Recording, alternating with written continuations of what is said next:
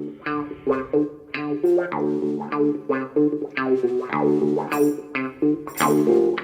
all to another episode of My Life, My Music. With the Governor Alan Hudson, we take a trip down memory lane. And we're going to be calling this one Another Day. I've got a little bit of the winter blues, and you had the winter blues at Chelsea in 1973. We have covered that iconic year in Yesterday Once More. We have covered Hudson 74 in You Make Me Feel Brand New. All the merchandise you can get on srbmedia.co.uk/shop.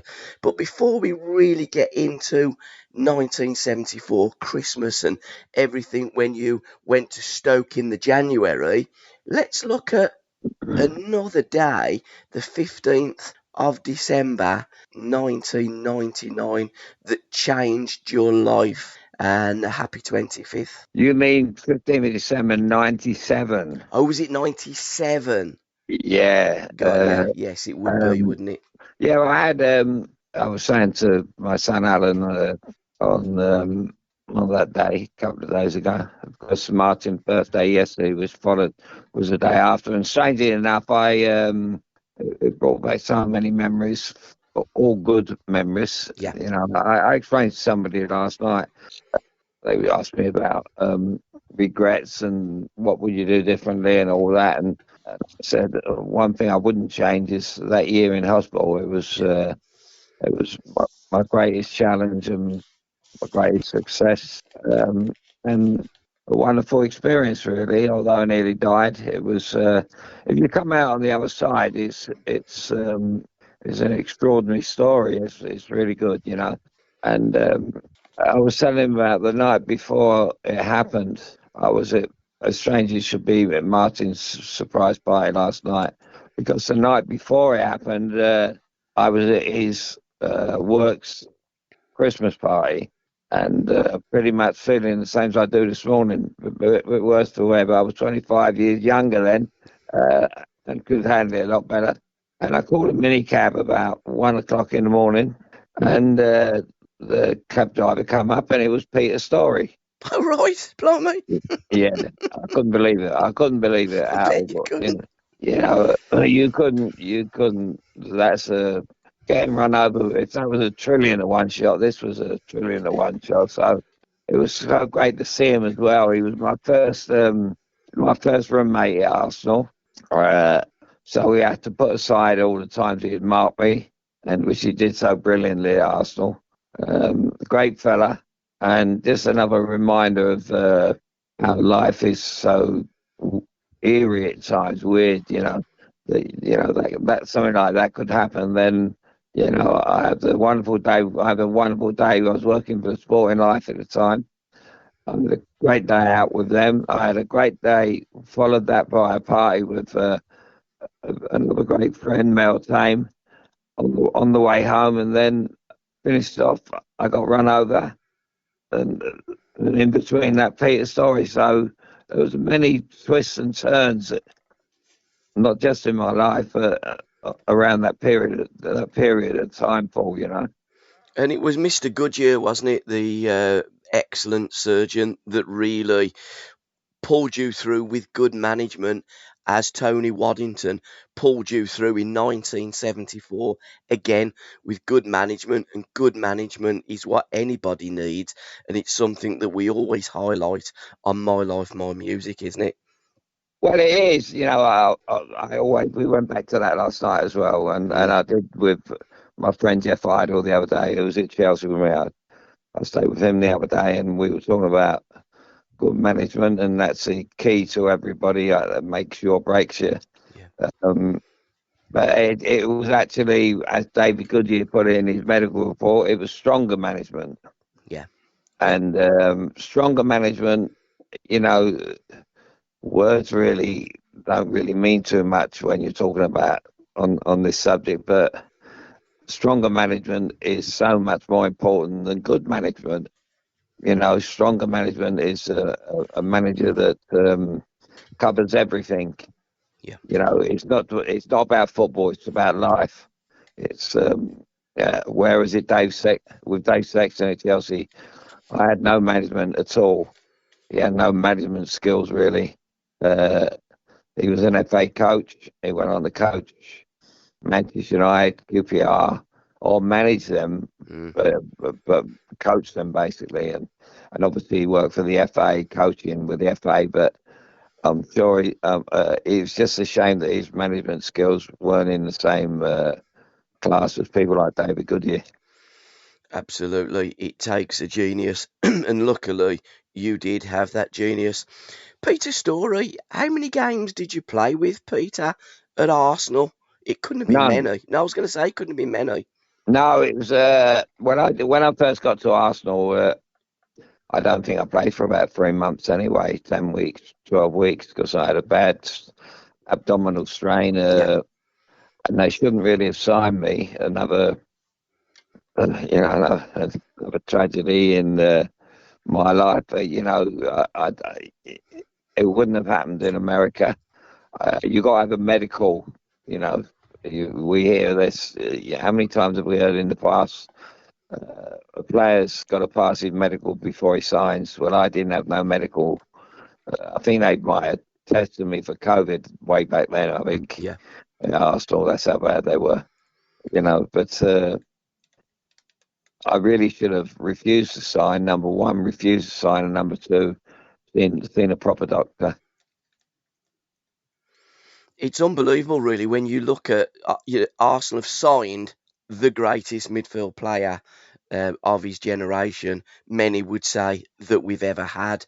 That is an argument for another day. But going back to that physical and those physical scars that you still carry today, Al, how do you process the mental scars? How did you mentally pull through that? Because that wasn't just, you know, an accident, people get hit by a car.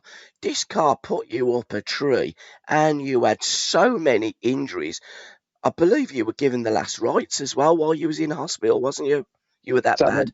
so I was told. I was told by my Yeah. family, and I think I don't think it was I'm not too sure if it was a priest and everything else, but they were given the nod by certain surgeon. Mm, I think it was probably David, a couple of times, not to hold out too much hope. yeah. And luckily for me, I weren't to know about it. They had to. My family, my loved ones, did all the suffering around that the Mm, 59 days, because several times they were told that.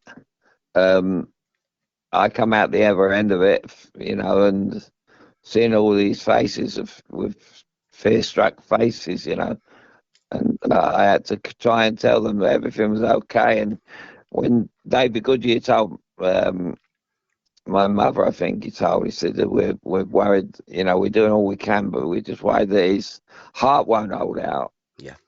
And I said it's a shame that I wasn't awake at the time, because I'd have told him there's no chance of that happening. Yeah. Having said that, I'm probably going to have a heart attack this afternoon.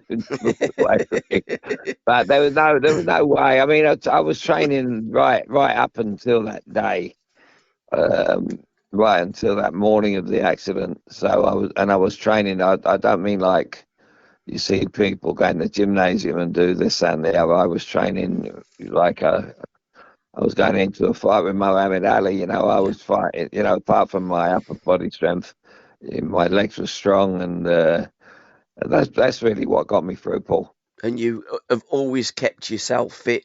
And when I did say 1998, of course, yes, it was 97, but it was a 59-day coma. So pretty much when that car hit you in 1997, you didn't wake up until 1998. That in itself, Al, is extraordinary. And I think it's testament to the person that you are, the character, the heart. And I think that heart will carry on forever, Al. Probably a long time after your liver, but that heart will carry on forever. That liver's took a little bit of stick over the years, hasn't it? Well, we batter our bodies, don't we? Yeah, Uh, I'm not too sure about this especially since COVID and everything Mm, else, and people, the amount of people, unfortunately, that we've lost over the last 3, 4 years has been tragic. I thank my lucky stars every morning since COVID, and I've had COVID, and I haven't had COVID, and I don't know if there was any COVID. yeah, I think the politicians messed up again. I think they cost a lot of lives. Uh, I think we're very lucky. We've got to count our blessings that we're here today. absolutely. Because the people that are supposed to be, we pay taxes and everything else, and in this country, and the people and the elderly, especially the elderly, who've died of lack of treatment, and it's just horrendous, really. And it's been a lot of pain over the last 3 or 4 years, and I sat there at Martin's surprise party last night, and before he got there, and see his face when he walked in, and I thought he kind of makes up for all the heartache, and brought back a load of fantastic memories because he's good. He's good people. He really is. Yeah, He wrote Charlie Cook. Since he'd known me, I've introduced him to a lot of people. He wrote Charlie Cook's book. He wrote Dave McKay's book, Peter Osgood, George himself. So he's got a lot of fantastic memories throughout our friendship. And we've discussed what you and I just discussed about. The Betty Shine thing as well. There must be some life afterwards and everything else. We discuss all this, but we it's a reality talk really more than anything. It's not pie in the sky stuff. It's absolutely. because I think when these people that say to me about, life ain't worth living and everything else, and it's a horrible. Well, life is basically what you make it, Yes, isn't it? yes, It's we all go through bad spells. I think in my life, it's if my greatest regret is basically the injury I got that kept me from going where I wanted to go. yeah, And that is, people, these supporters, I'm fed up with saying it, and I told people again last night. I said, we might go to football, but you don't know what you're seeing, mm, and you don't know the consequences of what goes on with footballers. How we hear today about these fine-tuned athletes, and yet all you see is them falling on the floor and holding this, that, and the other. And I think the game has become farcical. It really has. And then you think about the players you play with, you get whacked and people get hit. And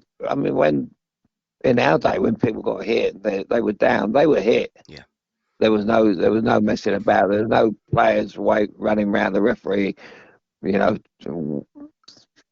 waving an imaginary card in front of him and all that rubbish. It was. I've strangely enough, I've got the Diego Maradona story on as we talk, and I'm just watching him perform, and this fella was just something out of it, and he got kicked from pillar to post every game in Italy. When he did what he did for Naples, and people. God knows what they would be like. I've had enough of this silly talk from supporters. God knows what he would think if they said to him about this subject, because he was like super. I don't know what superhuman. I don't know. He was. definitely. Yeah, He was. definitely. Well, Incredible yeah. I'm freak of just one. nature. And yeah, he was. He really was. And Mm, I'm watching it now as we talk, and I'm just thinking. If as a supporter and as someone who's been on the field against people like Pele and George and Cruyff and everybody else, I look at this fella and I think, wow, he's just on a different level. And I've seen in this actual documentary the way he trained, uh, and they talk about looking after yourself. Well, this fellow was quite the opposite. He won the cup for Naples for the first time ever, I think, yeah, and he did it on alcohol and cocaine, I think. mm, It was unbelievable. And yet he still performed at the highest possible level and was still impossible to mark. I've just seen him beat 5 people in a row here, and they were not trying to, let him go by because he's Diego Maradona. It's all trying to take his legs from under him. And this was when Italy was the toughest league in the world. Absolutely, and again, when before Italy in Barcelona, he took such stick, it was incredible. Maradona from the age of being a young un, and then going through the ranks of Argentinian football through to Spain, through to Italy, playing for the national team. He's probably been kicked more than any other player. And the pitches that he played on, there was such jeopardy. You know, the likes of your Messis and your Ronaldos and the great players today, they're all great as well. But, players can't go near them these days. You can't give the players the kick-ins that you guys used to have back in your days. So when they say it's a different game, yeah, it pretty much is. You So can't it get is. kicked from pillar to post. Yeah, yeah, Mm, yeah. It's if you watch this and then you watch a game today or yesterday, I mean, it's these players. People like Maradona never got the kind of space that these players no, got today. You see these players in the back, defenders passing the ball, and they go over about yeah, 20 touches at the back before they go over the halfway line. You think, well, what's going on here? Maradona will be screaming at them, please get yeah. rid of the ball, give it to me. It's the game. The game's changed for the worst, mate. It takes all that end. Someone mentioned the other day about the 1970 Cup final, Chelsea and Leeds, and that is when you have to be mentally tuned in. Otherwise, Mm. you get badly hurt. But again, it was a mental and a physical tuning in for players back in those days. I did notice this week you've been out and about. You met up with Peter Kitchen, didn't you, at the commentators' dinner? Talk Ah, to me about that. How that looked like a great event. He's a great lad as well, ain't he, Kitch? well, I never knew him. I never knew him, and it was funny. I went. I was on a train coming back from a place called Westmoreland, which is around Gillingham, and I'd been staying with my friend Jeff Idle, him and his wife.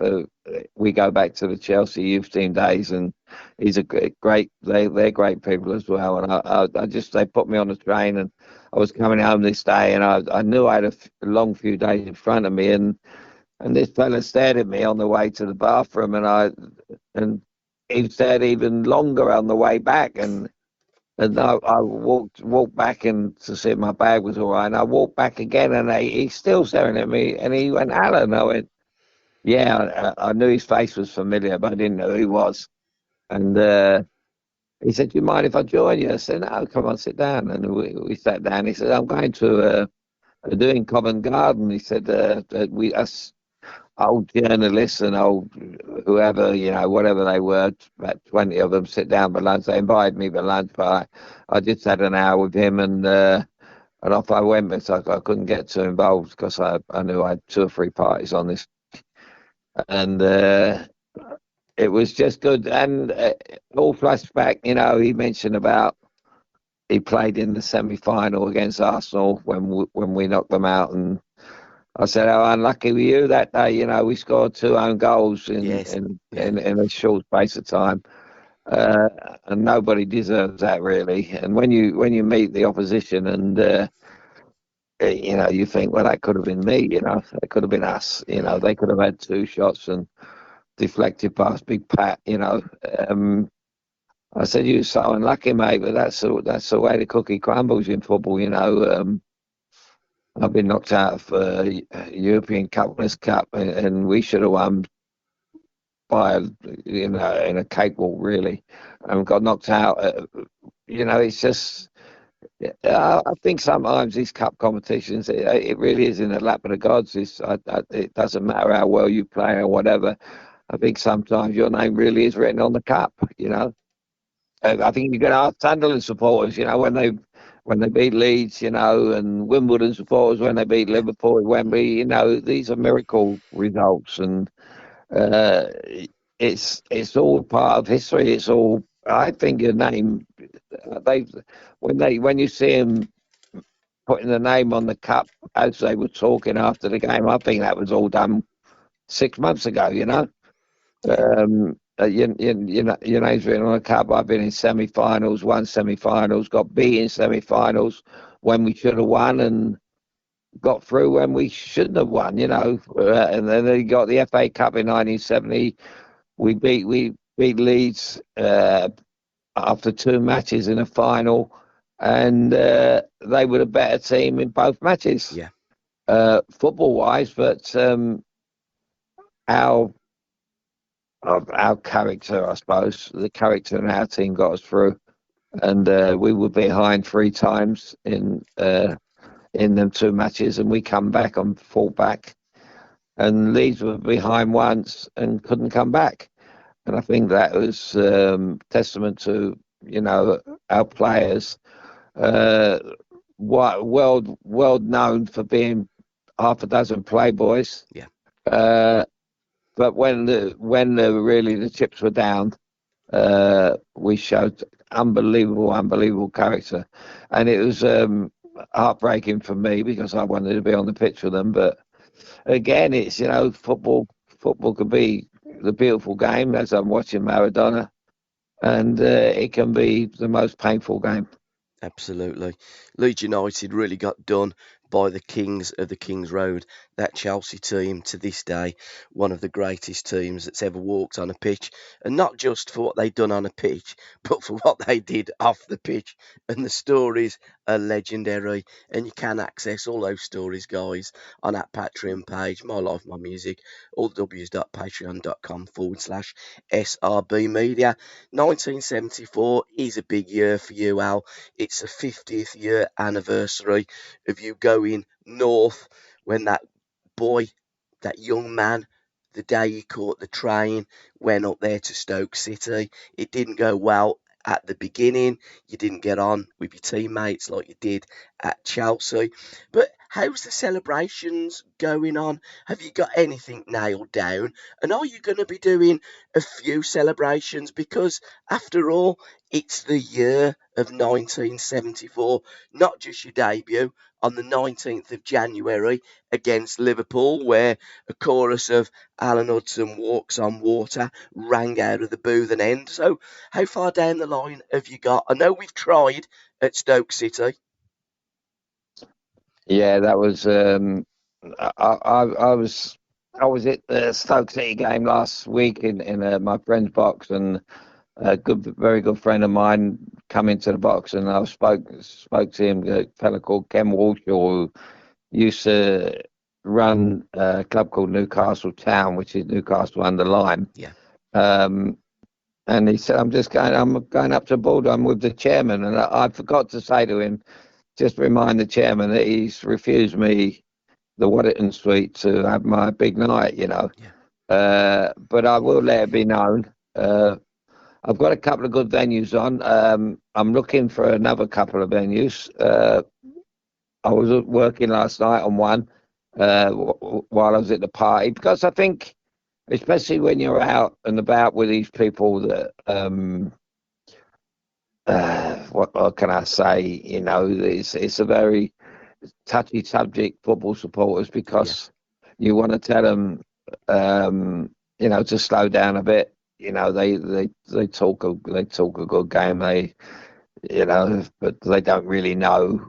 I think the ins and outs of if you had 10 footballers sit around a table and talk about their life in football and their ups and their downs and everything else, and I watched a game the other night when I played against Leeds, and I was telling my son the other day, and it was a game. Leeds come to the bridge and won 2-1, and I played, and I didn't think it was me. I yeah. thought, what must have been going through your mind when you could play that bad? Mm, It was the worst I'd ever imagined playing.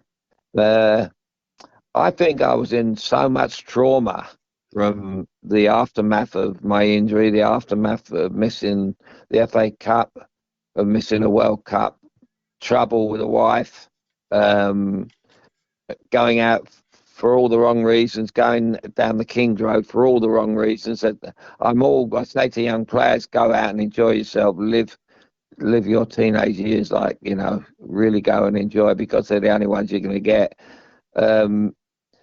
But I was going out for all the wrong reasons. I was, doing things I'd never done before. I was just hurting inside, I suppose. I think a lot of it brought back. I'm reading the Matthew Perry book as well, Yes. and it's obviously a very talented lad. Had everything. He said I was getting £1 million a week. I was going out with Julia Roberts. Life was, anyone would die for this life, he said, but I was in so much pain and agony, and I could relate to that. Yeah. I had to put the book down. I couldn't read further than that, and the pain and the agony. But people think when they watch a football match that Yeah.